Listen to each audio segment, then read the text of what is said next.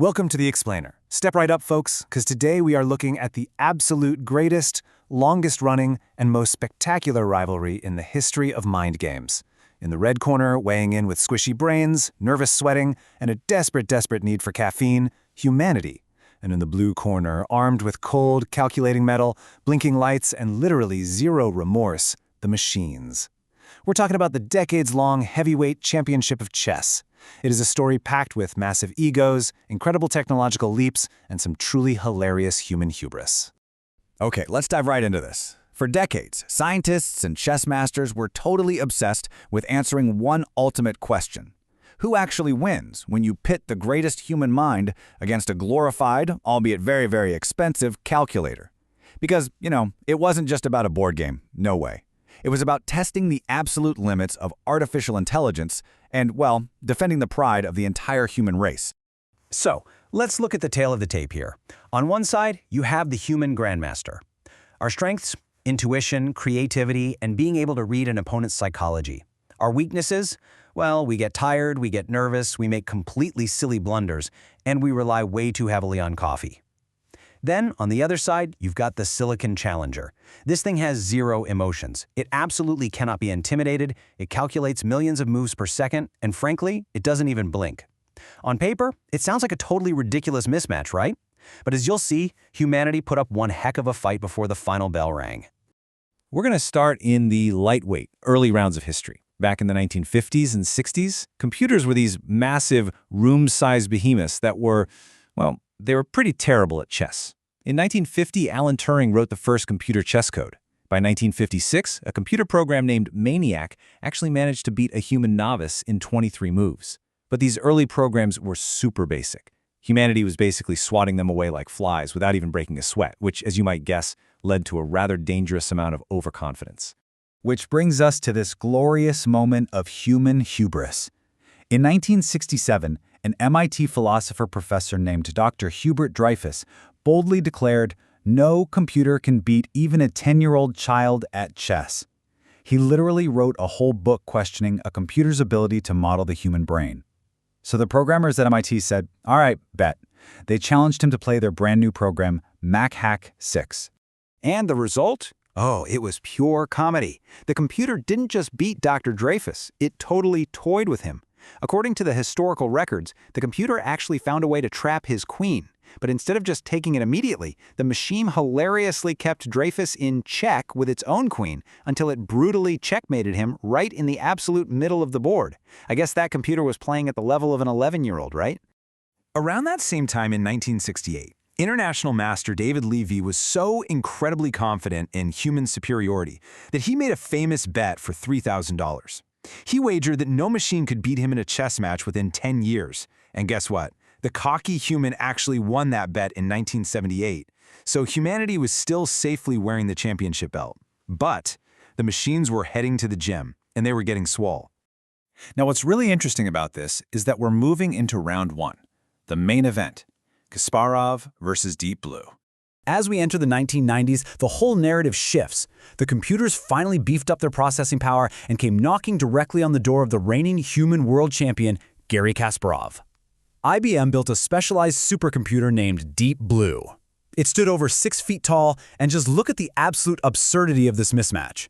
Kasparov evaluated maybe 10 possible positions every 3 minutes. Deep Blue? Try 50 billion positions in that same 3 minutes. 50 billion.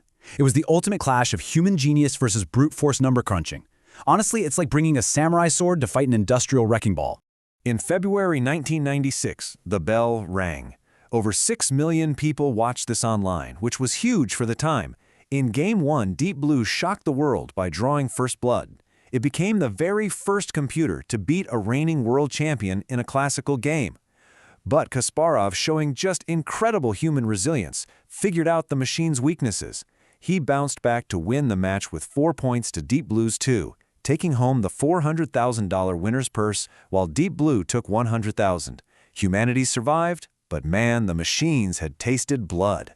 So IBM went right back to the drawing board. They doubled Deep Blue's speed to an insane 200 million moves a second and demanded a rematch in 1997 in New York City. This time, the winner's purse was an absolutely massive $700,000. The stakes had literally never been higher for a man versus machine showdown. Kasparov wasn't just defending his title, he was defending the supremacy of the human mind itself. And here is the devastating knockout. Deep Blue defeated Kasparov 3.5 to 2.5. Kasparov was just stunned. He famously lost his composure in the final game. Deep Blue became the first machine ever to defeat a reigning world champion in a match. And then, in the ultimate mic drop, IBM dismantled Deep Blue and retired it to a museum. The machine took the belt and literally walked away from the sport forever. No rematch. Moving on to round 2, the $1 million rematches, softwares versus champions. Now, humanity wasn't quite ready to throw in the towel just yet. Moving into the early 2000s, we were no longer fighting custom-built multi-million-dollar supercomputers, but commercially available software. Humans desperately tried to win the belt back, and things were tightly contested for a brief, fleeting moment. In 2002, Vladimir Kramnik fought Deep Fritz to a draw. In 2003, Kasparov drew Deep Jr. and later even drew against X3D Fritz while wearing 3D glasses. And this brilliantly illustrates how it was just a tense slugfest where humans were barely hanging on to a tie by their fingernails. And let me tell you, man versus machine chess was an absolute blockbuster spectacle at this point. That Kasparov versus Deep Jr. match, it was officially sanctioned by FIDE, the World Chess Federation, and boasted a staggering $1 million prize fund. Millions of people watched these games live on ESPN2. It was peak drama. But sadly for us, it was also the final gasp of human competitiveness. Which brings us to round 3. Enter the computer overlords. As we reach the mid-2000s, we enter the final, hilarious downfall of human dominance. The machines basically just started running up the score. To see exactly how bad it got, look at the Man vs. Machine World Team Championships in Bilbao. They literally pitted teams of former human world champions against software running on standard, everyday laptops. It was an absolute beatdown. In 2004, the computers won 8.5 to 3.5. In 2005, they won 8 to 4. The human dream team was getting totally crushed by hardware you could literally buy at the local mall. The individual matchups became downright embarrassing. In 2005, a custom hardware engine named Hydra totally annihilated the 7th-ranked player in the world, Michael Adams, 5.5 to half a point. Ouch. Then in 2006, world champion Vladimir Kramnik played Deep Fritz. Not only did he lose 4 to 2, but he made a historic blunder that cost him a massive €500,000 win bonus. Talk about a bad day at the office. By 2006, the heavyweight rivalry was completely over. The machines had unequivocally won the war.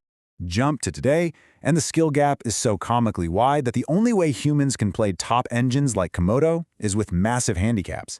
It's this cheeky irony. The greatest human minds on the planet literally need the computer to start the game missing pieces on purpose, pawns, sometimes even a whole knight, just to make it a fair fight, because if you play them straight up, the human loses every single time. But hey, the machines didn't just conquer chess. They went on to crush us at checkers, Go, Bridge, and even Jeopardy!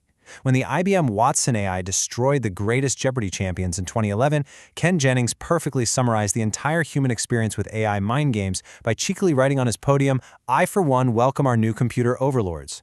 We fought the good fight, you guys, but we gotta graciously hand over the crown."